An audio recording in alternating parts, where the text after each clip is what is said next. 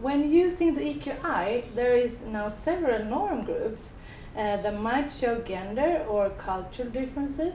When you were looking at this, was there anything that struck you or even surprised you maybe when looking at different norm groups all over the world? That's a great question. I looked at over 20,000 people from around the world in terms of differences in terms of gender and culture.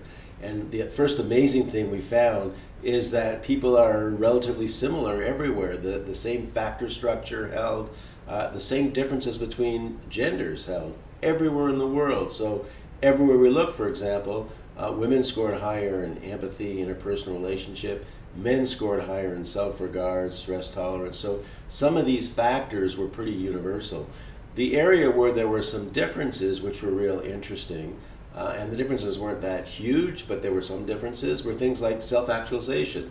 And that makes a lot of sense, because when you think of well-developed countries, United States, Canada, people are at a higher level in terms of giving and helping others and being involved in their communities. When we look at some of the developing countries where we tested, whether it was in India or in other places where people were more challenged or struggling, social self-actualization will be a bit lower because people are more concerned with their own families and putting food on the table. So there's interesting differences and challenges throughout the world, but the exciting thing for us really is the amount of consistency that we find in emotional intelligence worldwide. Mm.